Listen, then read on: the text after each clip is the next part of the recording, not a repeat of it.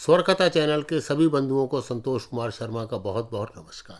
मित्रों, आज हर ओर एक ही समाचार छाया हुआ है कि 22 जनवरी को रामलला की प्राण प्रतिष्ठा होने जा रही है भव्य राम मंदिर में, जो कि अयोध्या में बन रहा है। गर्भगृह तैयार हो चुका है जहां रामलला की प्राण प्रतिष्ठा होगी। और उससे भी अधिक ज़्यादा चर्चा है कुछ ऐसे नेताओं की, कुछ ऐसे दलों की जिन्होंने 22 जनवरी को होने वाले फंक्शन में जाने से मना कर दिया, उसका बाइकआउट कर रहे हैं और कोई ना कोई बहाना लगा रहे हैं। कोई ये कह रहा है कि ये तो एक खास पार्टी कर रही है इसलिए हम नहीं जाना चाहते। कोई ये कह रहा है कि हम किसी भी दिन जा सकते हैं, हमें किसी बुलावे की ज़रूरत नहीं है। परंतु जहाँ तक मैं सोचता हूँ, मेरे हिसाब से असली कारण ये है कि जिन लोगों ने राम के अस्तित्व को ही नकार दिया था और राम के अस्तित्व को नकारते हुए सुप्रीम कोर्ट में वकीलों की एक लंबी लाइन खड़ी कर दी थी जिससे राम मंदिर ना बन सके और जो डिस्प्यूटेड स्ट्रक्चर था वो बना रहे, वो किस मुंह से रामलला के दर्शन कर पाएंगे। और ऐसे ही जिन नेताओं ने, जिन दलों ने राम भक्तों पे गोलियां चलवाई थी, एक प्रकार से नरसंहार किया था, वो किस मुंह से रामलला के दर्शन कर पाएंगे। तो वजह चाहे जो भी हो, जो भी बहाने लगाए जाएं, मेरे हिसाब से तो वजह यही है कि उनकी इतनी हिम्मत नहीं है कि उस रामलला के दर्शन भी कर सके। उनमें मादा नहीं है कि वो रामलला के दर्शन कर सके। वो ये भूल जाते हैं कि राम तो सबको क्षमा करते हैं जो उनकी शरण में आ जाता है। वो एक बार शरण में जाके तो देखें, हो सकता है राम उनको क्षमा कर दें। एक बात और मैं यहाँ कहना चाहूँगा दोस्तों, जब पूरी दुनिया राम के आदर्शों पर चलने की आकांक्षा करती है, चलना चाहती है, और हम भारत में ऐसे मुद्दों पर विवाद पैदा करने में लगे हैं जो वैचारिक आधार पर ही नहीं बल्कि पूरी तरह से राजनीतिक विचारों पर आधारित है, क्या आपको नहीं लगता कि यह दुर्भाग्यपूर्ण है? हमें तो अपनी महान विरासत पर गर्व होना चाहिए।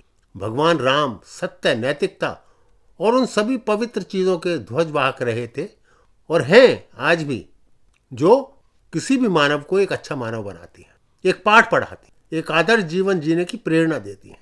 पूरा विश्व राम को इसलिए नहीं पूछता कि वो एक राजा थे, बल्कि जो जीवन उन्होंने जिया वह हमें जीवन के उच्च मूल्यों की सीख देता है।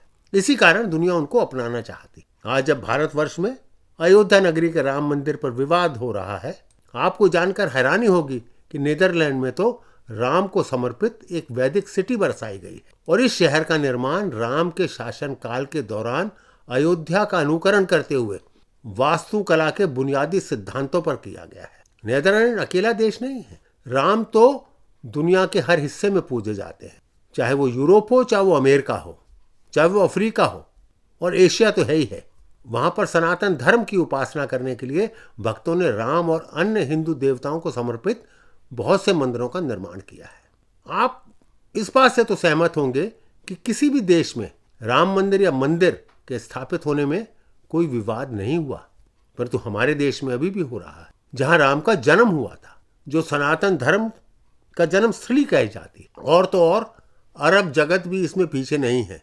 संयुक्त अरब इमारात में एक भव्य मंदिर का निर्माण इस बात का पर्याप्त प्रमाण है कि राम सर्वव्यापी है। यह सर्वविदित है कि Burma, Indonesia, Cambodia, Laos, Philippines, Sri Lanka, Nepal, Thailand, Singapore, Malaysia, Japan जैसे देश और इसके अतिरिक्त मंगोलिया, वियतनाम और चीन में भी राम कथा आज भी प्रचलित है। और इन सभी देशों में राम को समर्पित मंदिर भी हैं, शिलालेख भी मौजूद हैं। हालांकि स्थानीय परंपराओं और विश्वासों के आधार पर रामायण के यहाँ अलग अलग संस्करण हैं, लेकिन मूल रूप से वे सभी महर्षि वाल्मीकि की रामायण में निहित राम और उनके सहयोगी आदि के जीवन को दर्शाते हैं। इन देशों में या तो इस्लाम, ईसाई धर्म, बौद्ध धर्म या अन्य धर्मों के अनुयायी हैं। सनातन धर्म के अनुयायी तो लेश मात्र को हैं, यानी कि बहुत ही कम संख्या में। राम का जीवन जाति, रंग, पंथ, धर्म या क्षेत्र की बाधाओं को पार करता है। तमाम मतभेदों के बावजूद सभी देश जहां जहां राम की उपासना की जाती है वे राम के चरित्र से प्रेरित होते हैं। हम भारतवासी भाग्यशाली हैं। हमें तो अपने भाग पर इतराना चाहिए कि हमने राम की भूमि पर जन्म लिया। राम की शिक्षाओं का पालन करने के बजाय हम उनके पवित्र नाम को विवादों में उलझा रहे हैं। कितने अफसोस की बात। जिन लोगों ने कभी रामायण या रामचरितमानस का अध्ययन भी नहीं किया होगा, उन्हें तो कम से कम आलोचना करने में राम की शर्म आनी चाहिए। यदि वे राम के आदर्शों को तनिक भी समझ लेते तो कभी भी उनके आदर्शों के विपरीत कोई कार्य नहीं कर पाते। 22 जनवरी को होने वाले समारोह का बहिष्कार करने वाले नेता विदेशों में रहने वाले सनातन धर्म के अनुयायियों को कैसा संदेश दे रहे हैं? कुछ नेता दावा कर रहे हैं कि वो इसलिए नहीं जा रहे क्योंकि यह एक विशेष समूह या पार्टी द्वारा आयोजित समारोह है। यह मुझे उस नेता की याद दिलाता है जिसने कोविड की वैक्सीन लगवाने से इनकार कर दिया और ये कहा था क्योंकि ये एक विशेष पार्टी के द्वारा बनाया गया वैक्सीन है, इसलिए मैं इसे नहीं लगवाऊं। कैसा उपहास है ये। राम सार्वभौमिक है।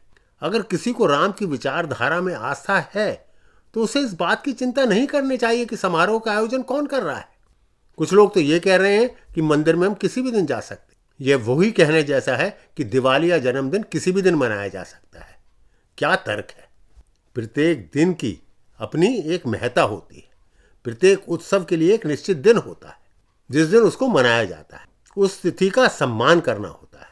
शायद विपक्ष अपनी पिछली गलतियों का प्रायश्चित करने की सामर्थ्य नहीं रखता या नहीं करना चाहता, और वो मुझे लगता है बहुत बड़ी गलती कर रहा है। वह भारतवर्ष के मानस के साथ खेल रहा है। आशा है उन्हें सद्बुद्धि मिलेगी। जय श्री राम, जय श्री राम, जय श्री राम।